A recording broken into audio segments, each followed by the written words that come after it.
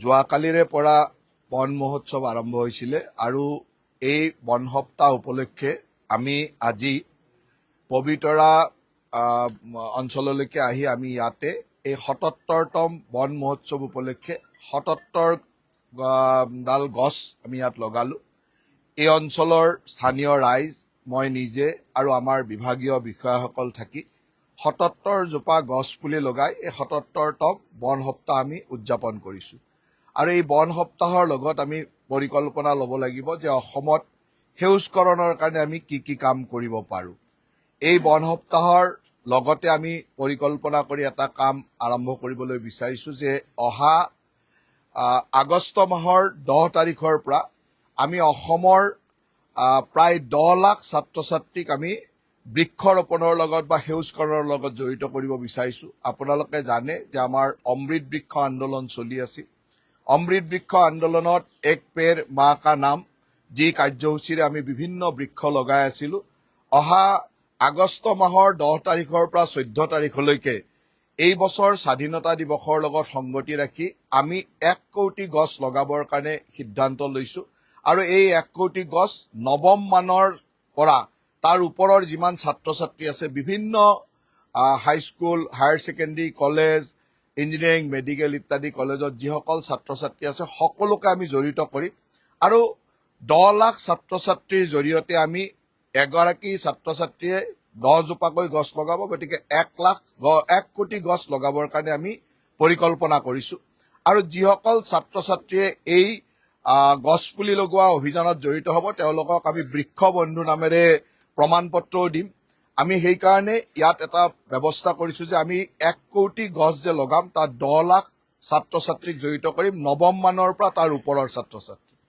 আৰু এই ছাত্ৰ ছাত্ৰীসকলে কিছুদিন পিছৰে পৰা ৰেজিষ্ট্ৰেশ্যন আৰম্ভ হ'ব, তেওঁলোকে ৰেজিষ্টাৰ কৰিব। তেওঁলোকে ৰেজিষ্টাৰ কৰাৰ সময়ত যিকোনো এজন জব কাৰ্ডৰ শ্ৰমিকৰ নামো তাত ৰেজিষ্টাৰ কৰাৰ লগত একেলগে সংযোগ কৰিব। VBG ৰামজীৰ যিখিনি আমাৰ জব কাৰ্ডৰ শ্ৰমিক থাকিব তেওঁলোকৰো এজন নাম দিব আৰু তেওঁলোকক গছপুলিটো ফৰেষ্ট ডিপাৰ্টমেণ্টে দিব। তাৰপিছত তেওঁ নিজৰ ১০ জোপা গছ তেওঁৰ যিকোনো অঞ্চলত, নিজৰ ঘৰতে হওক, নিজৰ অঞ্চলৰ য'তে হওক, পঞ্চায়তৰ ভিতৰত সেই ১০ জোপা গছপুলি লগাব। আৰু গছপুলি কেইজোপা লগোৱাৰ কাৰণে যিগৰাকী জব কাৰ্ড হোল্ডাৰ থাকিব বা VBG ৰামজীৰ যিগৰাকী শ্ৰমিক থাকিব তেওঁক আমি ২ দিনৰ ৱেজেছ দিম প্ৰথম গছপুলিটো লগোৱাৰ সময়ত। আৰু তাৰপিছত আমি ২ মাহৰ মূৰে মূৰে আৰু ৩টা ইনষ্টলমেণ্ট দিম। গতিকে পিছৰ কেইটা ইনষ্টলমেণ্ট কিন্তু নিৰ্ভৰ কৰিব তেওঁলোকে কিমান জোপা গছ বচাইছে। মিনিমাম ৫০% গছ বাচিব লাগিব। গতিকে ১০ জোপা গছৰ ৫ জোপা গছ বাচিলে তেওঁ ২ মাহৰ পিছত আৰু এটা ইনষ্টলমেণ্ট পাব, তাৰ ২ মাহৰ পিছত আৰু এটা ইনষ্টলমেণ্ট পাব আৰু তাৰ ২ মাহৰ পিছত আৰু এটা ইনষ্টলমেণ্ট পাব। গতিকে এই গছপুলি ১০ জোপা লগোৱাৰ কাৰণে আমি VBG ৰামজীৰ জব কাৰ্ডৰ জৰিয়তে আমি শ্ৰমিকজনক ৫টা ৱেজেছ দি আমি ১৫০০ টকা দিম, যাতে অৰ্থনৈতিকভাৱে শ্ৰমিকজন লাভৱান হ'ব পাৰে আৰু তাৰ লগে লগে ছাত্ৰ ছাত্ৰীসকল, আমাৰ নতুন প্ৰজন্ম যাতে বৃক্ষৰোপণৰ লগত জড়িত হ'ব পাৰে আৰু নিজকে বৃক্ষ বন্ধু হিচাপে আগবঢ়াই লৈ যাব পাৰে। ইয়াৰ লগত জড়িত প্ৰতিগৰাকী ছাত্ৰ ছাত্ৰীকে তেওঁলোকৰ যি গছপুলি লগাব তাক আমাৰ জিঅ' টেগিং কৰি ফটো আপলোড কৰিব লাগিব। তাৰ কাৰণে ৰেজিষ্ট্ৰেশ্যন, ফটো আপলোডিঙৰ এটা পৰ্টেল যিটো আমি অমৃত বৃক্ষ আন্দোলনত জড়িত কৰিছিলোঁ সেই পৰ্টেলতে তেওঁলোকে কৰিব। আৰু পৰ্টেলত তেওঁলোকে সফলভাৱে গছপুলিকেইডাল বচাই ওলোৱাৰ লগে লগে তেওঁলোকক এখন প্ৰমাণ পত্ৰ বৃক্ষ বন্ধু হিচাপে আমি দিম। গতিকে এইবাৰ আমাৰ আগষ্ট মাহৰ ১০ৰ পৰা ১৪ তাৰিখলৈ স্বাধীনতা দিৱস উপলক্ষে এই কাৰ্যসূচীটো চলিব। আৰু এই কাৰ্যসূচীটো অহা বছৰৰ কাৰণে আমি এটা নতুন পৰিকল্পনা কৰি ইয়াৰ পৰা আৰম্ভ কৰিম। অহা বছৰ এই কাৰ্যসূচীটো আমি এপ্ৰিল মাহত আৰম্ভ কৰিম আৰু তাত আমি সেই কাৰ্যসূচীটোক ফলবাৰী নামেৰে নামাংকৃত কৰিব বিচাৰিছোঁ।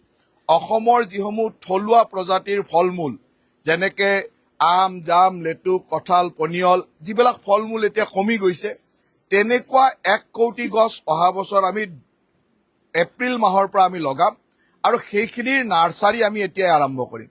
অহা অক্টোবৰ মাহৰ পৰা ইয়াৰ নাৰ্চাৰী আৰম্ভ হ'ব আৰু আমি ১ কোটি তেনেকুৱা আম, কঁঠাল, পনিয়ল, লেটুক, কৰ্দৈ, কাজি নেমু এনেকুৱা ধৰণৰ গছ আমি হৰ্টিকালচাৰ স্পেচিছ যিবিলাক অসমৰ থলুৱা প্ৰজাতিৰ ফল মূলৰ গছ সেই গছখিনি আমি এইবাৰ 1 কোটি গছ ৰেডি কৰিম আৰু অহা এপ্ৰিলৰ পৰা সেইসকল ছাত্ৰ ছাত্ৰীৰ জৰিয়তে আমি ঘৰে ঘৰে এই গছপুলিবিলাক লগাবৰ কাৰণে ব্যৱস্থা কৰিম আৰু এই ফলবাৰী নামেৰে এই আঁচনিটোৰ জৰিয়তে আমি অসমৰ যিবিলাক থলুৱা প্ৰজাতিৰ গছ এই গছখিনিক ৰক্ষা কৰাৰ আমি এক পৰিকল্পনা কৰিছোঁ।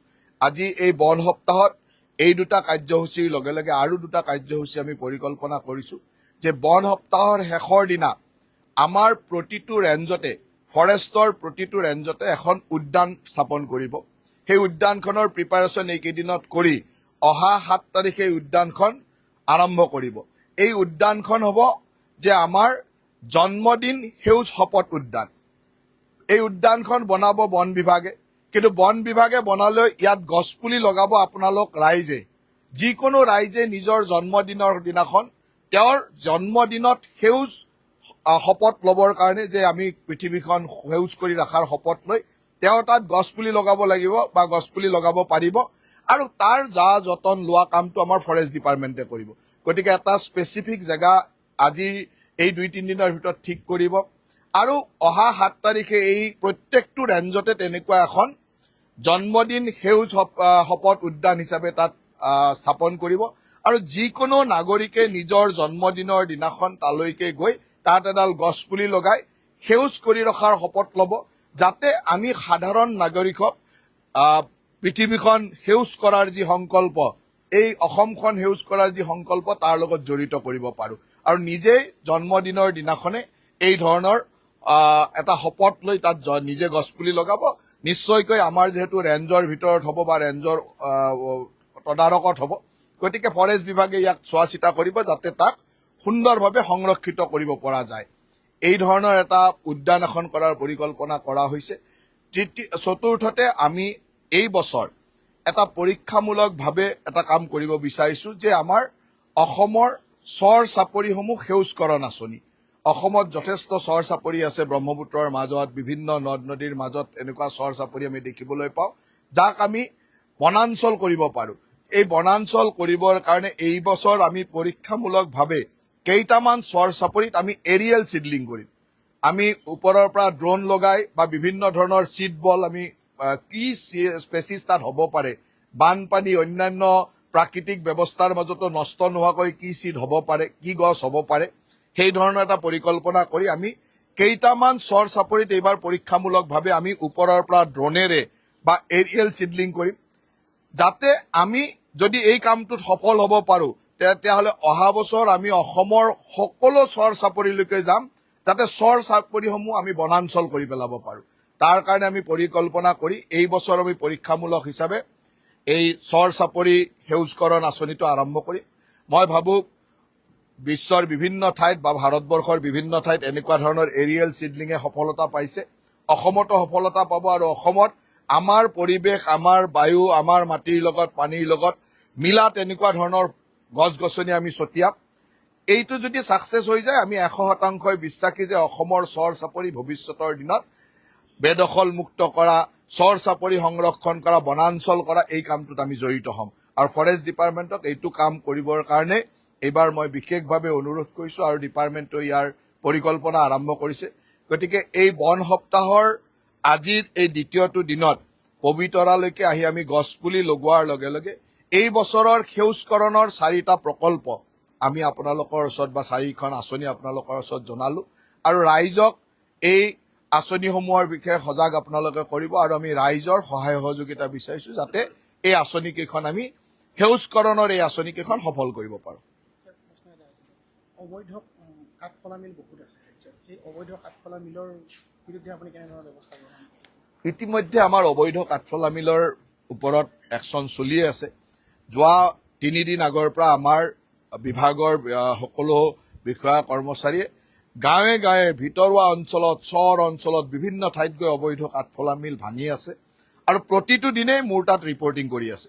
প্ৰতিদিনেই 40, 50টা, 60টা এনেকুৱা মিল ভাঙি আছে।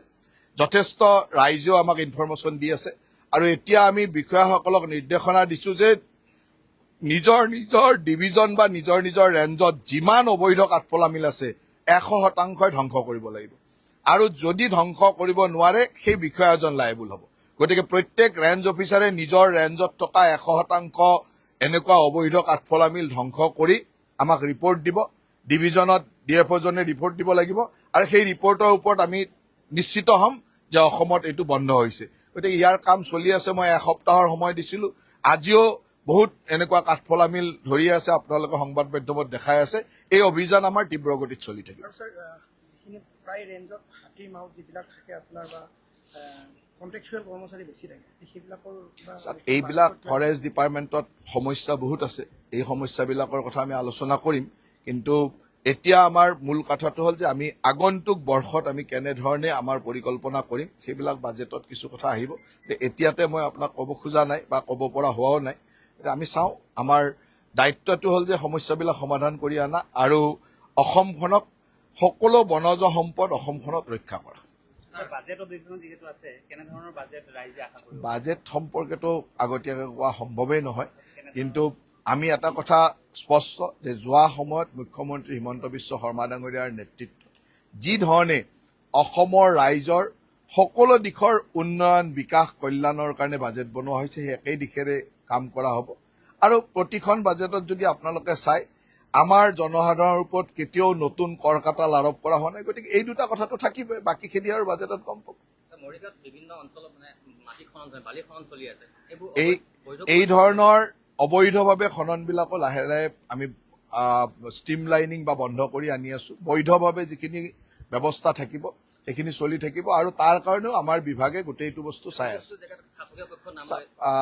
এনেকুৱা নহয় যে ইয়াত আমাৰ যিবিলাক বৈধ মহল থাকিব, সেই মহলৰ পৰা বালি নিয়া, মাটি নিয়া কামবিলাক চলি থাকিব। আৰু তাৰ কাৰণে যিটো প্ৰপাৰ চিষ্টেম, এই চিষ্টেমটো আমি ইতিমধ্যে কৰি আছো, আৰু খুব কম দিনৰ ভিতৰত এই সম্পৰ্কেও আপোনালোকক মই জনাই দিম।